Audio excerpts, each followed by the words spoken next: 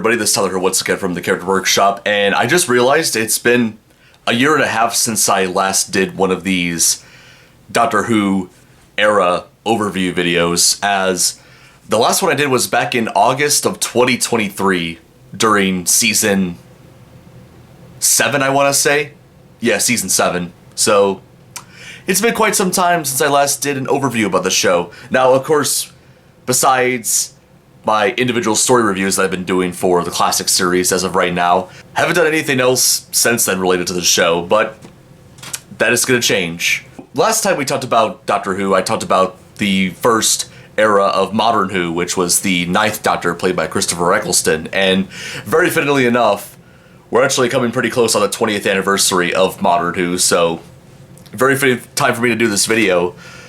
So we're going to be talking about the next era of Doctor Who, which a lot of people, even to this day, would say is the most iconic era of Doctor Who, and the most iconic era of Modern Who as well. And that's going to be the 10th Doctor, played by David Tennant. So since Eccleston only did one series of Doctor Who, the next step was having another actor play the Doctor, as it always happens with the show. So, interestingly enough, David Tennant's first episode as the 10th Doctor actually wasn't the start of a new series per se, but it was the start. It started with what Doctor Who started doing from 2005 up until 2017 initially, and that was Christmas special. So yeah, Modern Who was essentially the first time where Doctor Who started doing episodes being released on Christmas Day of every year for a while. Something that Classic Who did on only one occasion, that being Part 7 of the Daleks' Master Plan, which aired on Christmas Day of 1965. Fittingly enough, 40 years prior to Modern Who during their first Christmas special. One thing that's really interesting about the Daleks' Master Plan Christmas episode, I guess you could say, is at the very end, the Doctor breaks the fourth wall by wishing the audience a happy Christmas. It's a shame that episode is missing. I would have loved to see what that would have looked like, but back on to Modern Who. So the very first Christmas special that the show had was called The Christmas Invasion, which was about Rose and the newly generated 10th Doctor going back to her home around Christmas time. And throughout most of the episode, the Doctor was asleep, like unconscious basically, and didn't really do much up until the very end of it. So the plot of The Christmas Invasion was about a race of aliens called the Sycorax, basically taking control of people that have a certain blood type, I guess. It does end with the Doctor finally waking up and taking care of the Sycorax, thankfully, but yeah, I know some people do like it, but I don't know, man. Up until the Doctor, got up and was able to, stop the Sycorax, and we finally get to see what this new incarnation of the Doctor's like, it just wasn't really that interesting in my opinion, but hey, we got the Doctor, and not too long afterwards, in 2006, we got the start of Series 2. So just like Series 1, it had 13-hour-long episodes, with some of the episodes being two-parters, and several events happened in Series 2 that I think were really interesting. The first episode, New Earth, brought back Cassandra, who was the main villain of the episode End of the World from Series 1, and that episode would also end up being her departure, because she would end up dying at the very end of it, so not a chance of seeing her again anytime soon. Another episode, interestingly enough, was titled School Reunion, and this actually is probably one of my favorite episodes of the series because it brought back two classic Who companions, that being Sarah Jane Smith, played by Elizabeth Sladen, and K9 being voiced by John Leeson. So I thought it was really cool. It was one of the first times that the series had characters from the classic series, well, outside of returning villains or monsters. So I thought it was really cool. It also gives some more character growth for Mickey, who in Series 1 didn't really have a whole lot to do, but this definitely kind of changed his character a bit, so he would end up joining the Doctor and Rose on their adventures from here on out. Started with the next episode, The Girl in the Fireplace, and then following with a interesting two-part episode, which reintroduced the Cybermen into Doctor Who. The This is the first Modern Who appearance of the Cybermen. As in Series 1, which brought back both the Autons and the Daleks, Series 2 kind of continued that trend of bringing a classic Who villain back, and that time it was the Cybermen. And I gotta say, what a way to bring the Cybermen back. So unlike the classic series where it stated that the Cybermen were created on a planet called Mondas, in Modern Who, the Cybermen were created on Earth in an alternate dimension, basically. Basically, in that two-part episode, they were also on an alternate Earth, which I think I literally just mentioned that a sentence earlier. But anyways, so there's noticeable differences between the Earth in that universe and the regular Earth that they were in before. Yeah, in that alternate universe, Pete Tyler was still alive. Rose doesn't exist in that universe, interestingly enough. I gotta say, I can't really say much else that I've already said. Really awesome episode. 2 sets of episodes. And it was in this 2-part episode that Mickey decided to actually stay in the alternate Earth, so he left the Rose and the Doctor. So the rest of Series 2 would basically just be going back to the Doctor and Rose going on adventures by themselves. Another 2-part episode, 2-part story that came out a little bit after the Cybermen one was The Impossible Planets and the Satan Pit, which introduced a race of aliens known as the Ood, which are essentially a telepathic species of alien that communicate using this orb of a ball. And really interesting designs, I will say. From what I've heard, they are loosely based off of the Sensorites from Classic Who, so that's actually interesting to point out. But then after the Ood 2-parter was what is generally considered some of the worst episodes of Modern Who, and that being Love and Monsters and Fear Her, especially Love and Monsters, as it had one of the strangest looking monsters in the show, the Absorbaloth. And apparently this monster was designed by a 9-year-old boy who won a Blue Peter competition, hence why the creature was designed the way he was. But yeah, rather bizarre looking creature. And I remember, interestingly enough, this episode lacked the Doctor and Rose, so for that most of the episode, it was essentially another character, Elton Pope. Is that how you pronounce his last name, Pope? Is it actually pronounced Pope? I have no idea. But the actor who played him was Mark Warren, so he was the main character of that episode.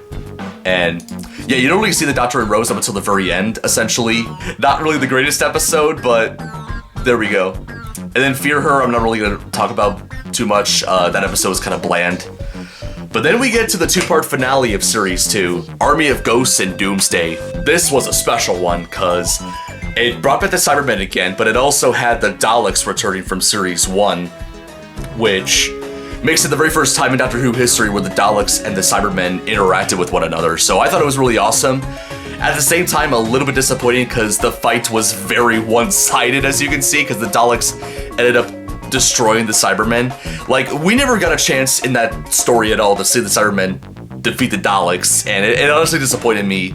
I mean, we have these 2 classic and iconic monsters from Doctor Who interacting with one another, and it should have been a bit more even in my opinion, but that's a minor complaint. It's still a really good 2-parter, and this would end up being the departure of Rose. Rose got stuck on the alternate Earth, and she was basically stuck there, and had a very sad ending, where she had like one last time to talk to the Doctor through some sort of way of him communicating with her while he's still in the TARDIS on the regular universe. So that was the end of Series 2, and essentially the end of the Doctor and Rose. For now. Afterwards, in late 2006, we got the second Christmas special, that being Runaway Bride, which introduced another new companion to the series, that being Donna Noble, played by Catherine Tate. From my knowledge, she was actually planned to be the next regular companion throughout this era of Doctor Who. I guess from what I heard, she wasn't really available to play full-time, so in the episode afterwards, what would end up being the first episode of Series 3, Smith and Jones, would introduce another new companion, that being Martha Jones, played by Freema Ajimen. I do apologize if I mispronounced her last name, but this was an interesting episode because it introduced another new species of monsters into Doctor Who, that being the Judoon, which are these rhinoceros-looking alien cops, essentially. And I like their design. The effects on them look great. Not much else to say about them. Really, one of my favorite Modern Who monsters, I would say. Other interesting episodes to point out with Series 3, one episode in particular being called Gridlock, which is about the Doctor and Martha being stuck in essentially a traffic jam in space on some sort of other planet. And this episode reintroduced a very obscure classic Who monster, that being the Macra, which have only made one other appearance prior to this episode, that being the Macra Terror from Series 4 with Patrick Troughton.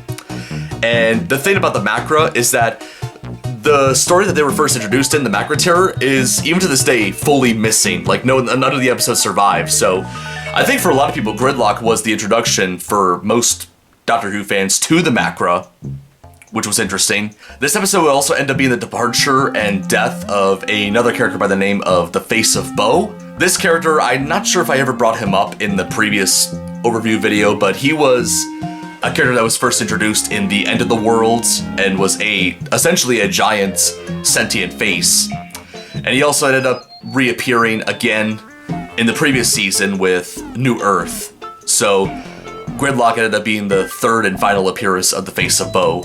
And at the very end of the episode, he gave a message to the Doctor saying, "You are not alone," which the Doctor initially didn't think about for a bit, up until the very end of Series 3, which we'll get into. And then one other episode to point out, well, in Series 3 that is, that being Blink.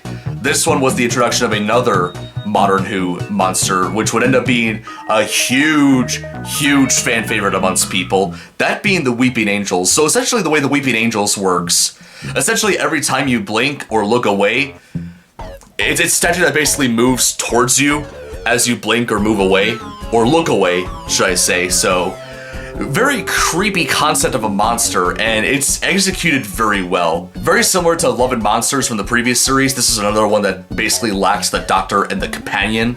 So, this was essentially a episode that focused on another character, that being Sally Sparrow, played by Carey Mulligan. Afterwards, there would be a 3-part finale for Series 3, that being Utopia, The Sound of Drums, and Last of the Time Lords, which reintroduced another classic Who villain, that being the Master.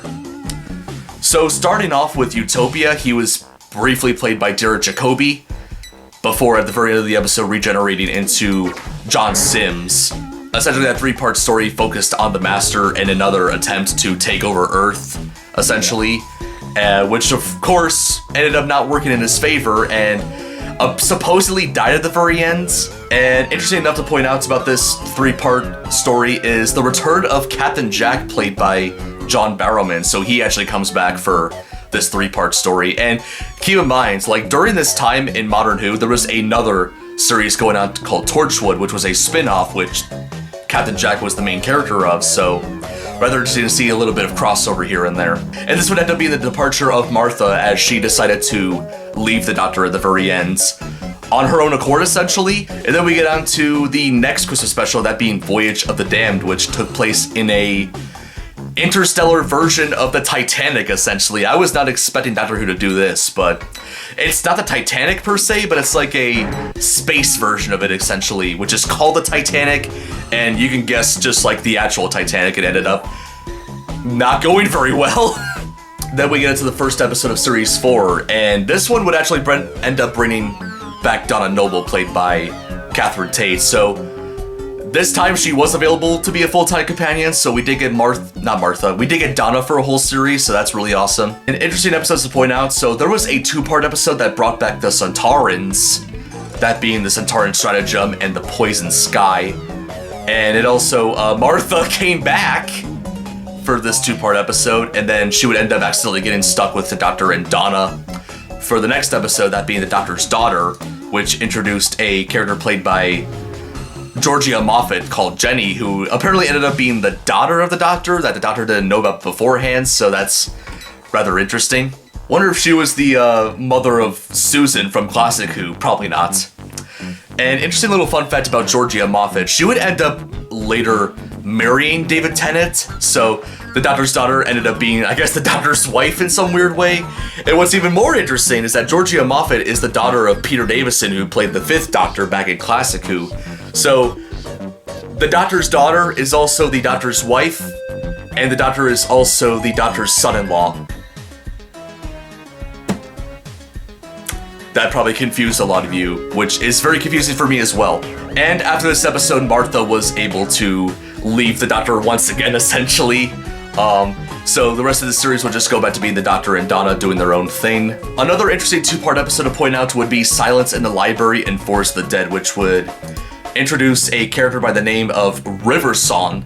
And this character ended up being a character that ended up later on down the line being another love interest of the Doctor, let's just say. What's really bizarre about her is that River Song actually ended up knowing about the Doctor before he knew her, so it kind of confused the Doctor a bit.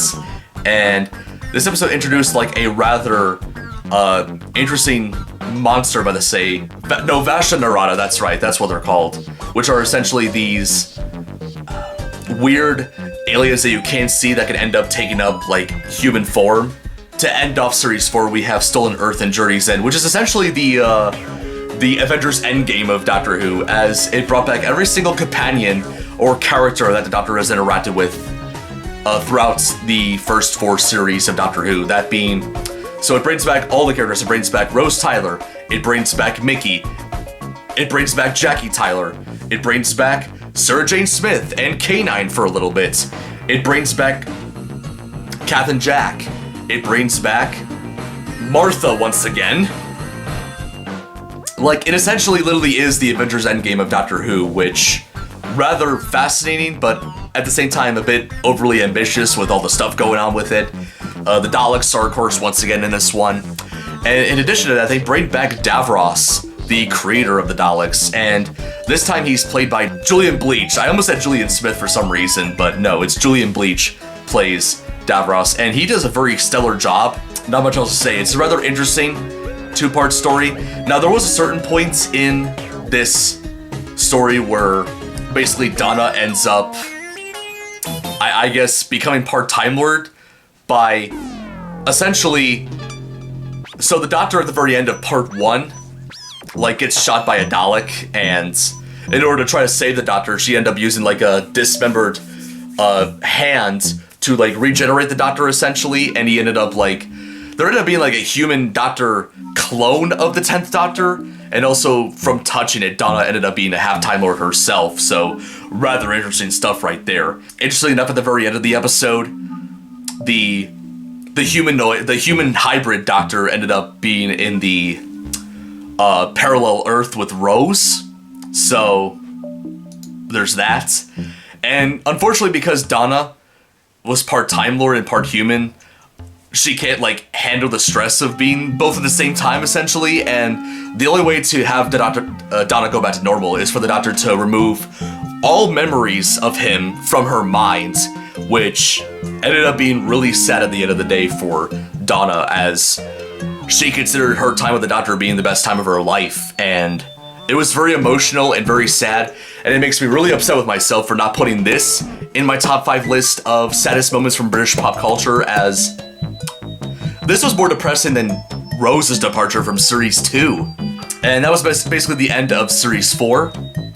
And then afterwards, there would be a slew of 5 specials of the 10th Doctor, ranging from Christmas Day of 2008 up until New Year's Day of 2010. And those being The Next Doctor, Planet of the Dead, The Waters of Mars, and then The End of Time Parts 1 and 2. Not really going to go over too much detail with those episodes in particular, but I will say The Next Doctor did bring back the Cybermen once again, and The End of Time brings back the Master once again, and also the Time Lords as a race, and Rassilon this time. But unlike in Classic Who, Rassilon, played by a different actor, played by Timothy Dalton, interestingly enough. It was a rather interesting finale to the 10th Doctor era of Doctor Who. And also, another character I forgot to bring up. So, End of Time, actually, the main companion of the Doctor was Donna Noble's grandfather named Wilfred, played by Bernard Cribbins. and he was essentially with the Doctor throughout the event of the story, and the Doctor ended up regenerating at the very end of this 2-part special, and before he actually regenerated, he actually visited like every single companion he's ever interacted with. Basically, Martha and Mickey, who ended up being in a relationship, Captain Jack, Sarah Jane Smith, and ironically enough, he would end up going to see Rose again, but this was like before Rose actually knew the Doctor. So it's really funny how like the last time the Doctor saw Rose was the first time that she saw him, essentially, before she even knew about the Doctor and all the events that she would end up playing in her time with the Doctor. And yeah, that's a very, very long tangent, but that was essentially the end of the David Tennant era of Doctor Who. So I think overall it's a stellar era.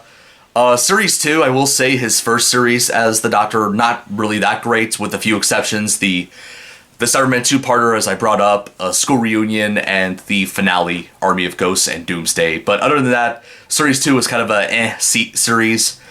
But it ended up getting better later on. Series 3 was good, Series 4 was amazing, and the 5 specials that he had, you know, to end off his era were also really good as well. Love the 10th Doctor's portrayal, of course. He was a bit more, I wouldn't say he's a bit more dark than Eccleston. Like, he's less dark than Eccleston.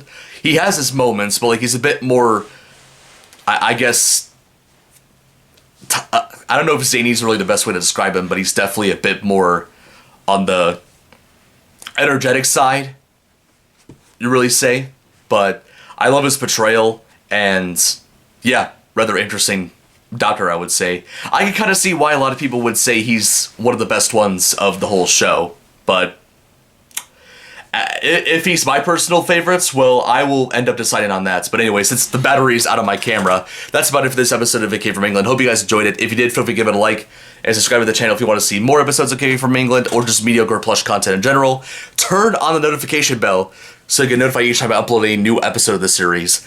Leave a comment down below, let me know what you think. That's about it. This is Tyler from the Character Workshop, signing out. And next time we are going back to review another Classic Who episode. We're going to take a few skips, essentially, so prepare for that.